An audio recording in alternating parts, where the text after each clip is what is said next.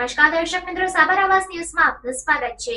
મુંબઈના દહીસર ખાતે આવેલ આનંદનગરના મુદણેશ્વર મહાદેવ મંદિરમાં કૃષ્ણ જન્મનો ઉત્સવ મનાવવામાં આવ્યો। પ્રકાશ જોશી તરફથી ફોટા વિડીયો ન્યૂઝ ચેનલ સુધી પહોંચાડવા બદલ સાબર આવાસ તેમનો આભાર માને છે। રિપોર્ટર હર્ષદ જોશી, મુંબઈ।